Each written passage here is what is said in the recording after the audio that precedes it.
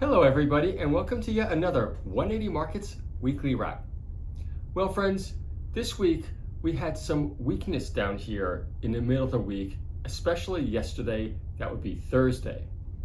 And what is really interesting about this action is that it's a big divergence because there has been a lot of market strength in the US and across the Northern Hemisphere. And we believe the reason is probably the market makeup. Specifically, there are less technology companies down here than there are in the Northern Hemisphere, and those are the companies that are dominating the strength in the indices. Well, what should we do down here? Let's focus on what we do have, and what we have are a lot of natural resources. And there was potentially a big announcement this week from Ford Motor Company. That's right. And why should we care about Ford Motor Company? Well, they are building plants now to increase their production of EV vehicles from just 62,000 now, all the way up to 2 million by 2026. And that is a big ramp. And we down here are going to benefit from all those inputs into these batteries, all the various materials, nickel, lithium, and the list goes on. And now to talk about how to take advantage through capital markets and what went on with placements this week, I'll turn it over to Sean. Thanks, Greg. And a very average week on the markets. Last week, we talked about a lack of liquidity. This week, there's been a lot of falls and a few big down nights overseas. Yesterday, we had a massive fall, about 2%, and it was not pretty. There have been a few capital raises still. So let's look at a big one, LEL. So they raised money at 80 cents, and that was through Canaccord. Now, interestingly, at the same time, SRK has sold 3 million shares at market, and that was at the same price as the placement. KNG, so they raised money this week at 32 cents. I think they ended up raising about 3.6 million. Bacchus Resources, excuse my pronunciation, cornerstoned that. That was done at a 16% discount to the previous 15-day VWAP, and Discovery Partners did that raise. EBR was another one that raised this week. They ended up raising $30 million at 91 cents, and that'll be used as an expansion for their sales team and funding to get their FDA approved. There'll also be a 5 million SPP there, and that was done by Bells, Wilsons, and Morgans. Now, let's take a look at the platform because there's still 2 live raises. Now, DCG is doing a pretty interesting raise. They are issuing convertible preference shares. Now, these do pay interest, and they got a 3-year term. And as well as that, they can be converted at 20 cents. And if we take a look here, this will be cornerstoned by Thorney, who is already their largest shareholder, and they'll be putting $12 million into the raise. Also open on the platform is ZEO. Let's take a quick look there. So they're raising $2.5 million through Evolution at 4.6 cents a share. And we look here, 20% discount to the last close. Are there options? There sure are. 1 for 2 at 10 cents. So pretty interesting raise there.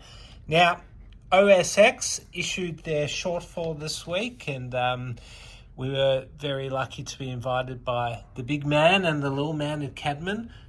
So we did that one behind the wall during the week, and they raised at 8.5 with a free OSXO. So well done to the boys at Cadman for putting that one away. Other noticeable raises were RAG. I think they're doing a rights issue. E79. A lot of tax credits there to go with the capital raising. TBN. And finally, QEM. They ended up raising $2.7 million. Now, there were quite a few movers this week. Very quick movers, I'd say. Now, an example of what we're seeing in the market quite a bit now is ZEU. So let's look at the 1 year chart there for ZEU. So they have had an amazing run all the way down. I think we did mention them last week. They were pretty much as low as 1 cent in May, climbed all the way up. I think they hit 5.8 during the week and then released one announcement. They just gave an update, and then they gave, they called it significant pegmatites, but I don't think the market thought it was that significant. As well as that, I think the ASX queried them and they had to retract some information, and they lost half of its gains. They have bounced up a bit today. So, yeah, that's been a day trader special. Everyone's trading that share, and yeah, it will be interesting to see what happens there.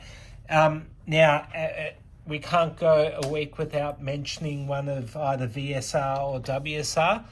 This week it's been VSR, so they just keep going up and up. Let's look at that 30-day chart, because they did hit highs of 12 cents, I think it was on Tuesday. They did fall back a bit, but today they're up. And what I call its little brother, WSR, has finally gone up a bit again. It did fall a bit a couple of weeks ago, but yeah, it looks like it could be back up again. Now, one of the biggest movers we've had in a while is Azure Minerals, AZS. So let's look. I mean, the 30-day chart, it showed it's pretty much more than doubled in about 2 weeks, because they did release some good results. But that 1 year chart, wow, that's, yeah, it's pretty much 4 times now in a couple of months. And yeah, that's massive volumes going through, and everyone's all over that one. LRS, we do mention that one a lot as well. They're up again today, 26 cents. Pretty sure they raised money recently at about half the current price. I'll have to check that after, but yeah, they have come up from about 10 cents just over 2 or 3 months ago. Yeah, so today they gave a company update, and yeah, recently they increased their mineral resource by 240%. Finally, we'll look at a down JRV. We have mentioned that one a few times before. So, yeah, they did get funding last week, which I think we mentioned, but this week it has fallen quite a bit. So if we look at the 5-day chart, it was trading as high as 9 cents, and yeah, has lost a lot of value there. And yeah, if we look back as long as, let's say, 2 years ago, JRV was trading at $1. So that's it's now trading at just 6% of its highs, and that was in April last year. All right, actually one more down. I won't forget about it, because I'm lucky I almost was in it, but luckily I'm not. LKE, let's look at the 30-day chart there, because it had a big run about a month ago. Let's actually look at the 1 year chart. They had a big run back here. It wasn't even that big compared to how much it's lost, but I just remember it pretty much went up about 50% from here to here, but has lost all of its gains, and this one's been a terrible performer.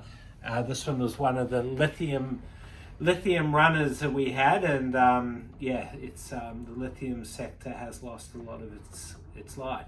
All right, that's a wrap. I'm very proud to announce that we did that in one go. We didn't have to stop once, so yeah, woohoo. All right, everyone, have a good weekend. Safe holidays if you're going away. Thanks for watching another 180 Markets Weekly Wrap. If you want access to thousands of capital raises, sign up at 180markets.com.au and you'll get access to our very next capital raise. Thanks for watching.